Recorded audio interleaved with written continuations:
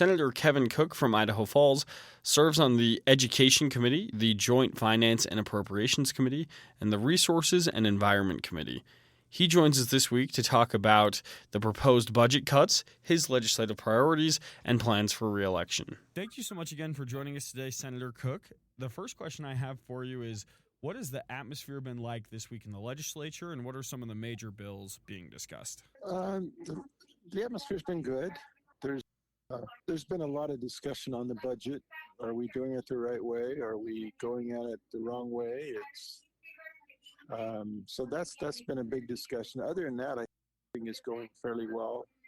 But the budget has definitely got everybody talking and wondering what's going on and how we're going to get through with it. So we do have a revenue shortfall, and lots of cuts have been taking place. And my belief is that when you go across the board and you say, I want a 1% cut across the board, what that does is that cuts the lean agency, the bloated agency the same.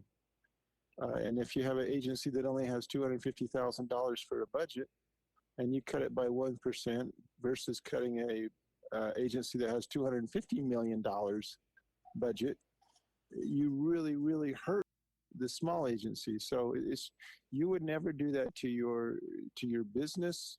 You wouldn't do your budget that way if you had a own business, or if you were your family budget. You would go and look at, these are my wants and these are my needs, and you would start whittling away your wants. And then if all the wants were gone, and you'd start prioritizing, well, what are my needs? What can I change? And that's not been done. We just cut it across the board. So I very much disagree with how they're doing the budget this year with that kind of idea. We do need to cut, and I'm all for that. We have to cut. We've got to find some money to bolster the bottom line and fill the revenue gap that we've got. So the committee was doing the work, and then all of a sudden they just, right in the middle of the work, sent out a note to all of the agencies and says, hey, tell us what it looks like if we cut you 1% or cut you 2%. So what that did is that gave the authority to the agent heads to decide, well, which policy do I want to follow? Which service do I want to cut or fund? And that's the job of the legislators to do that, not the agency. So that was a little different for me. And I know that you mentioned that you serve on the Joint Finance Appropriation Committee, JFAC, and that earlier in the session they proposed cuts, an additional 1% to 2% cut, which you voted against. Can you tell us what those cuts may look like if they're implemented, what that may look like for the average Idahoan? Yeah, so the fiscal year 2026, the governor did a 3% holdback. And then we asked for another 1% holdback or a 2% holdback. So that was the letter that went out. Then for 2027, the governor says, yep, I want another 3% holdback ongoing. And then JFAC co-chairs went out and said, okay, we want to know what it looks like for a 1%, additional 1%, and additional 2%. So what that's done is you've got some agencies that have cut programs. For instance, the tax commission. The tax commission says, yeah, we can cut that. We run kind of lean, but we'll cut it. And so they were willing to get rid of some FTPs, some full-time positions. But they said in doing that, you'll save about, I think they said $210,000. So like, oh, cool. That's great. Awesome.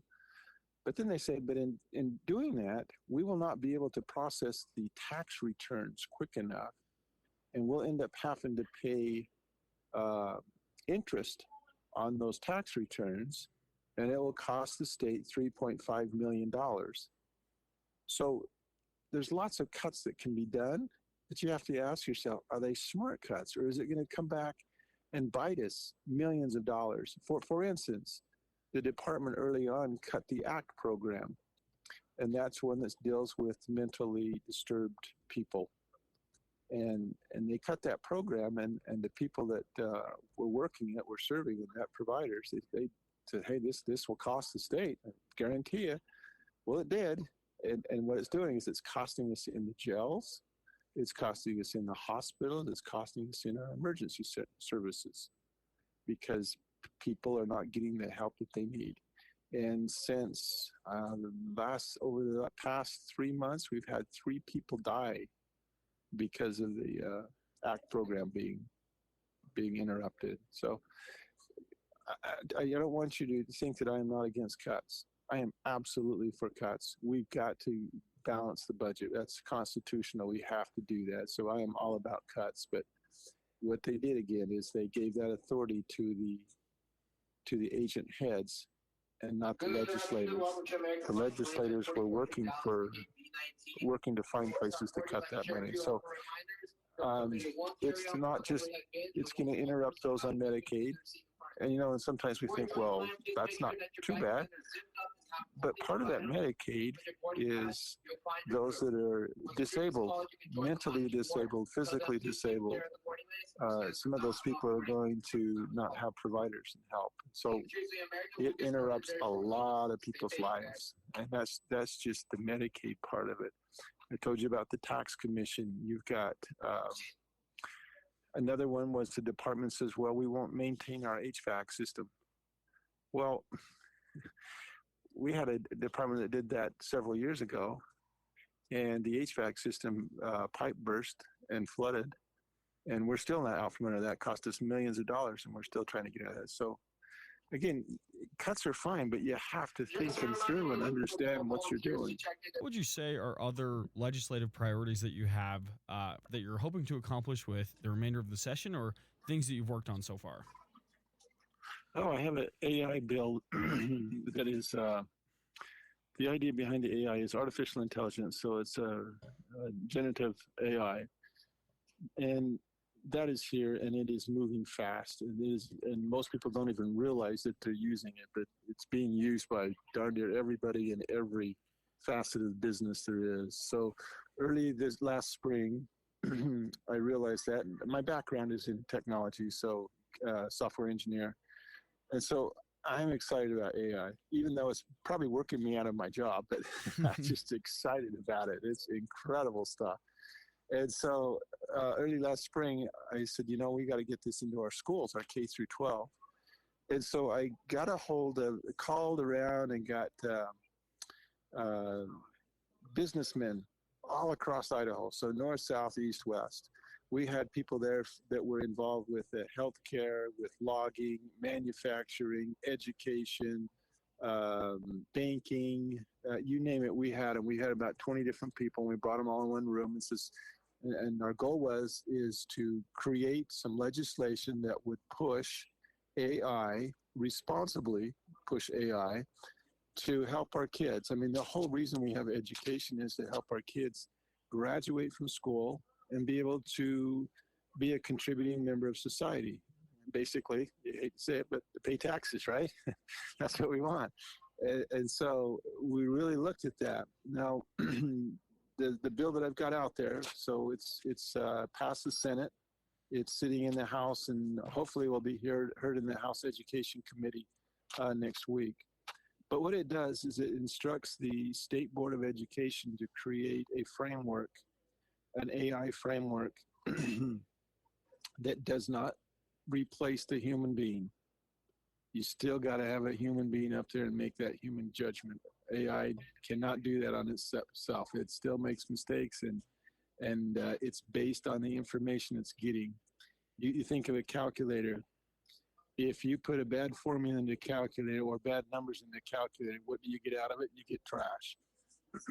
That's the same thing with AI. It's if you want to have it give you bad stuff, you just keep feeding it bad stuff, and then it learns basically on that, and then it starts spitting out bad stuff. But hallucination is also a real thing.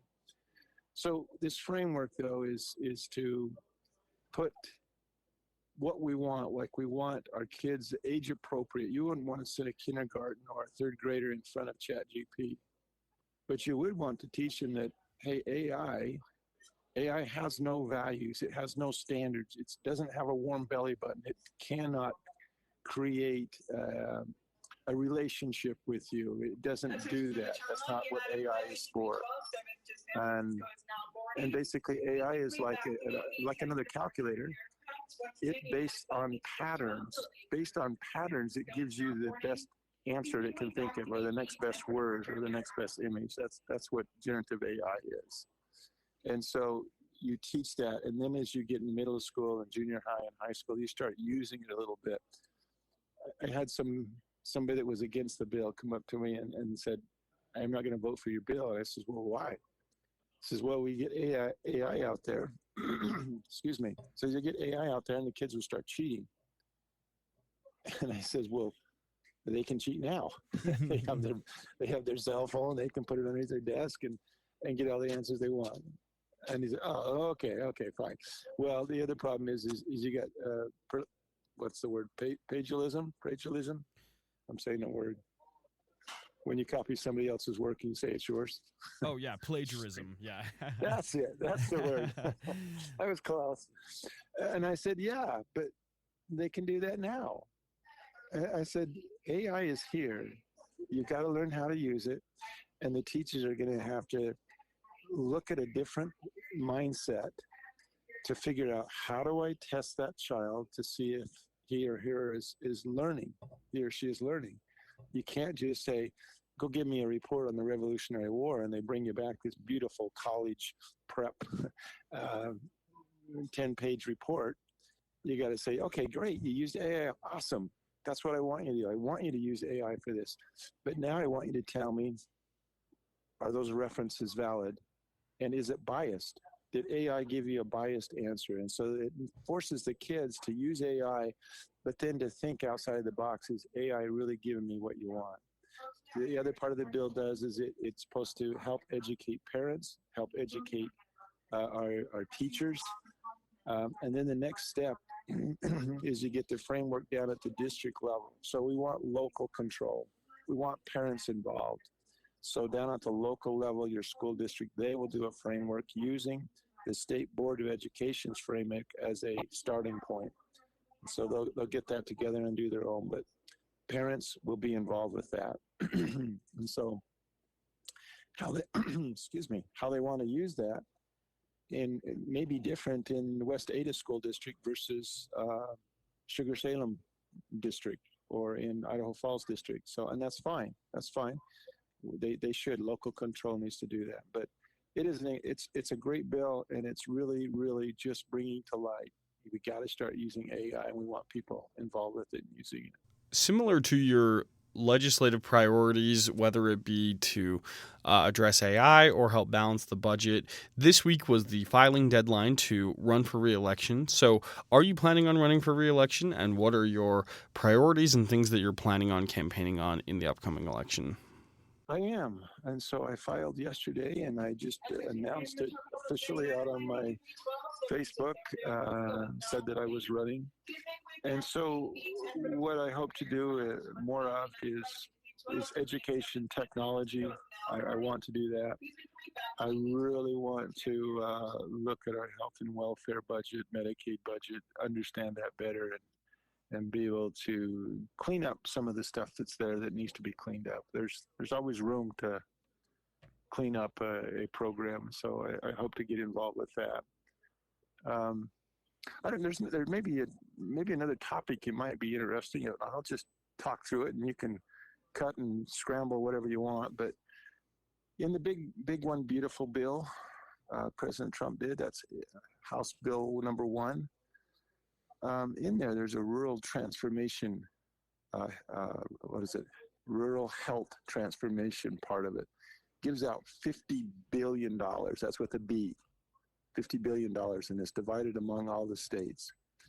Idaho is in line to get just under $1 billion, and it's to be used out in the rural area. So we've got lots of health problems in a rural area. We've got hospitals shutting down, and so this money is going to be used. And so I have a bill to create a committee that will look at that money and decide how to best to use that. We have to use it within the guidelines of CMS, which is the federal, they're the Medicaid, Medicare people, and they decide how stuff are used. So we had to apply and say, this is how we want to use it. And this committee that I'm trying to form, it'll get, if that legislation, it'll create an account, just like you do at a bank account. It'll create an account in the treasurer's office. And that money, as it comes in from federal, it's like I said, it's just under $1 billion over the past of 5 years. And so that money will come in, and then they'll be able to use that. And that committee will say how it's to be used. So but there'll be some little heat. You'd think everybody would want that, but it's going to be a little bit of a work to get that passed. We'll see what happens with it. That's something else I've been working on. Another thing that I've been working on that I hope that we can get going is I'm really big into, again, technology. So I was hoping to get a engineering charter school started. And so we want that on the Boise State University campus. I've met with the Boise State president twice, and things are rolling forward. So I'm really excited. I don't want this to be a high school that you graduate at the same level as any other high school. I want this to be pure engineering, that when they graduate, they are heads and shoulders above the rest, and that they enter into Boise State, into the 300 level of engineering, and can take off. So that's another thing that I'm working on that I think will be a great asset to the state of Idaho and to our kids. Well, perfect. Thank you so much for joining us, Senator Cook. I've just got one final question for you. What would you say is the best way for your constituents to be involved in the legislative process? Oh, well, to come and visit when we're in session, but you don't have to. You can follow us, though, if you do a Google search, Idaho Legislature, you'll find the legislative website. And on there, you can find every bill that we are hearing, whether that's in a committee or whether that's on the House or the Senate floor. You can follow that, you can hear it, you can watch it live. And in fact, if there's a bill that you're really against or you're for, you can call in, you can be in your pajamas if you want, and you can testify for or against those bills that are coming up. So there's a way to get involved. And if you don't want to do that, you can always just write or text, email, whatever, your senator or representative. We do love to hear from you. I guess the one thing I would say is be kind, be thoughtful. Don't say, "Oh, you stupid idiot! Why are you doing that?" I mean, but be kind and thoughtful about when you do write or when you do call.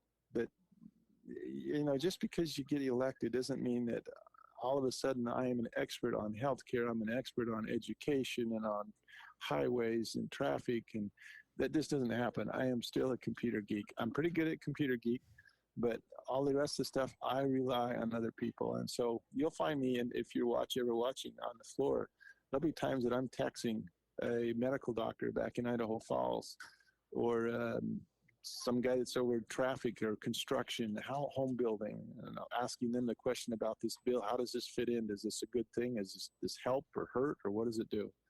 So most of us rely on those that are experts in the different fields for information to help us make good decisions and make good votes. So there's any way possibly they can get involved, that'd be great. We do have a town hall meeting March 21st at CEI, College of Eastern Idaho, there in Idaho Falls.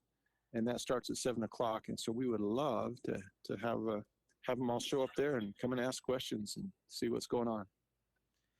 Well, perfect. Thank you so much for joining us, Senator. We really appreciate it. All right. Thanks for your time.